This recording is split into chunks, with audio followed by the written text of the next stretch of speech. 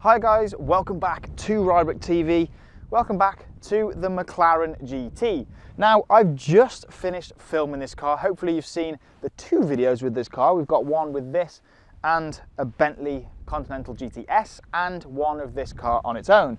But as usual, whenever I've finished and I've had one of these cars, I'm going to do a super strip back what it's been like to live with this car, because this is my last day with this car. I've had it for around 4 and a bit days now, been living with it, it's been my only car. So let's turn the camera around and I'm going to show you some of the key areas that I think have been amazing, some that not so much, but let's talk about what it's been like to live with the McLaren GT. So then, first things first, let's talk about the looks of this thing. Finished in papaya spark. I mean, look at how gorgeous this car looks up at here on this, well, Welsh hillside.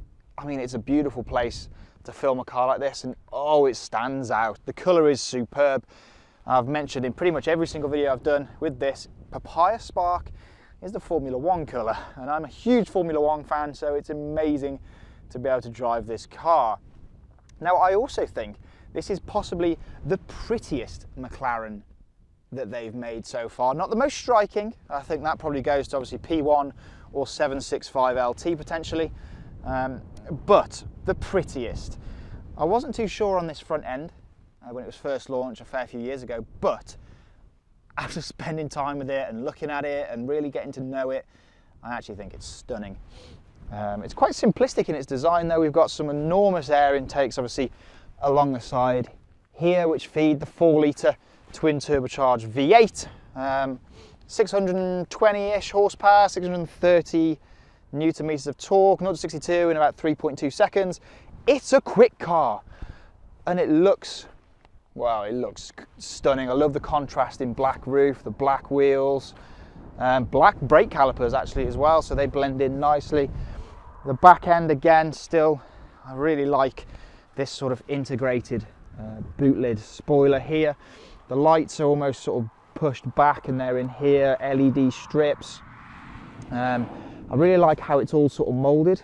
If I move the camera around here, you can see, there you go. See, it's quite molded, nice mesh. Twin pipes on the back, and I tell you what, this car does sound great. McLaren badge there, but yeah, I mean, all in all, I think it's quite a classy looking thing. I think if you had it in a darker colour, it'd be pretty understated, to be honest.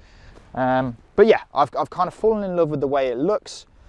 And the other thing is, I mean, it gets so much attention that it's just, I don't know, it just brings joy to so many people. I've driven a lot of cars now, and every time you drive something like this, it's just so nice to get so much attention. It's nice to give back. It makes people happy to see cars like this, and I love sharing them. I really, really do. But before we go and have a look at the interior, I'm just going to show you the practicality. Of course, we have proper dihedral doors, dramatic always. There's 2 buttons here, so the front, which I'm going to open, and also the rear.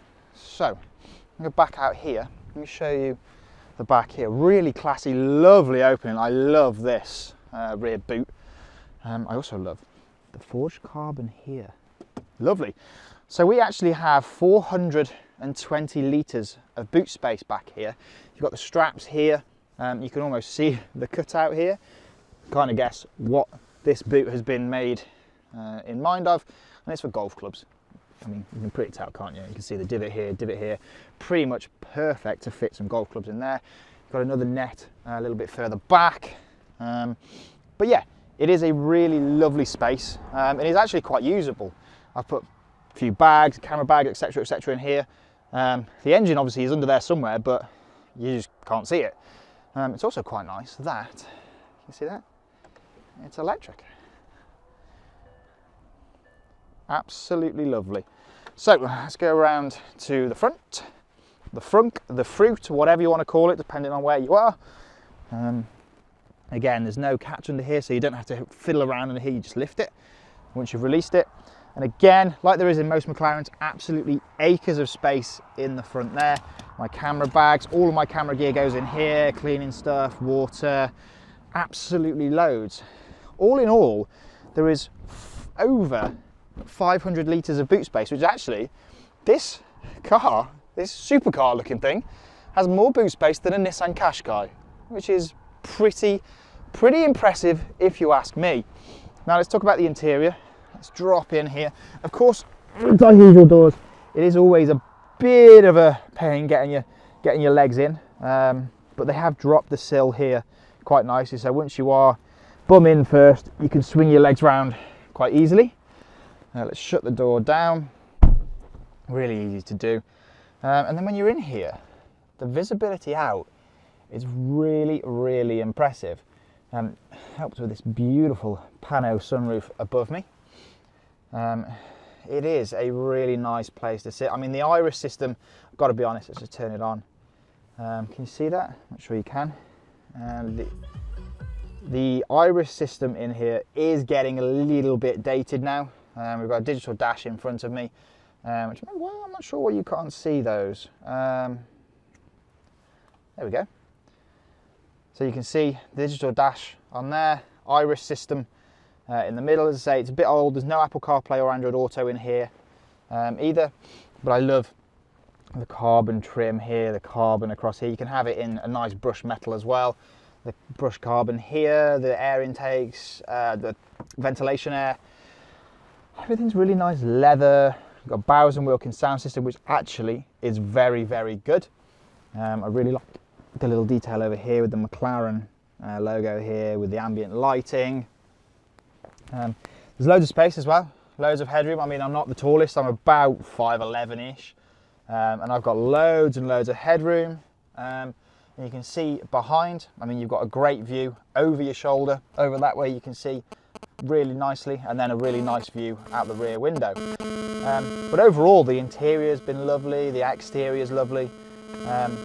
So what I think I should do now is let you know what it's like to drive, really, shouldn't I? So let's talk about how it's been to daily drive the McLaren GT. I mean, to be honest, it's just been wonderful. I haven't really got that much more to say other than it's been wonderful.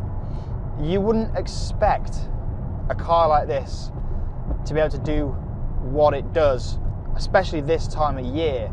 It's, as I film this right now, it's February, it's terrible weather, it's not very nice, it's been grotty, the sun's out now, but it's been between horrific rain showers.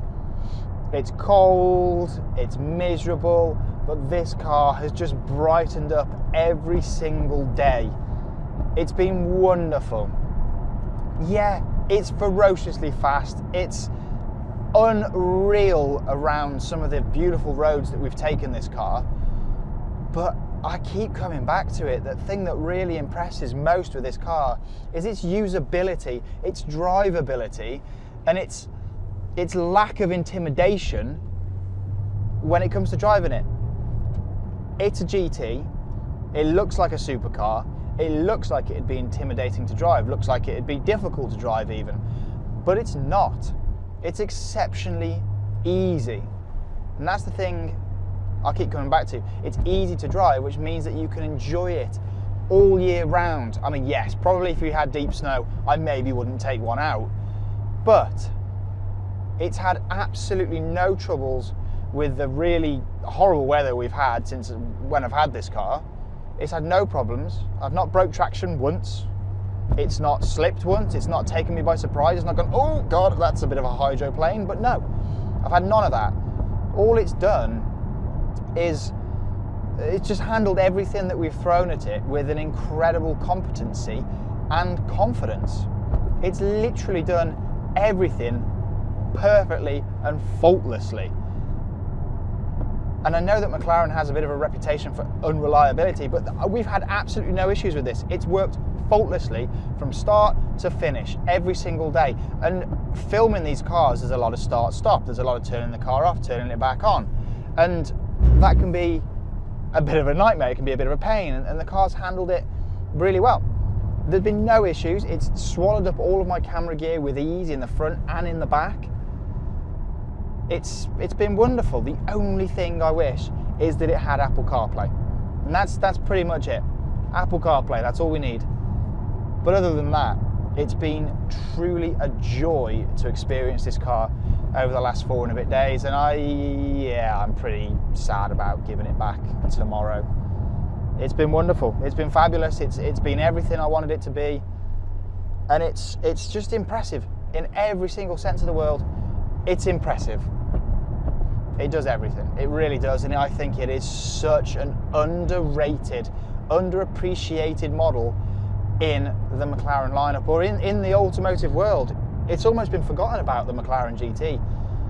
And I think that's such a shame, because it is a fantastic bit of kit, this. And yeah, I've enjoyed every single second with it. If you'd like any more information on the McLaren GT, or any McLaren for that matter, please use the link in the description of this video to contact the guys at McLaren Birmingham. Also, why not check out our other 2 videos with this car? Because we've done a lot with it this week. We've done absolutely loads with it. We've driven it a lot. I've done probably about 800 miles, 900 miles actually. And we've done loads with it. So please like this video, subscribe to the channel, make sure you have a watch of our other McLaren GT content and everything else. Please let us know in the comments below if there's anything in particular you want to see in the future.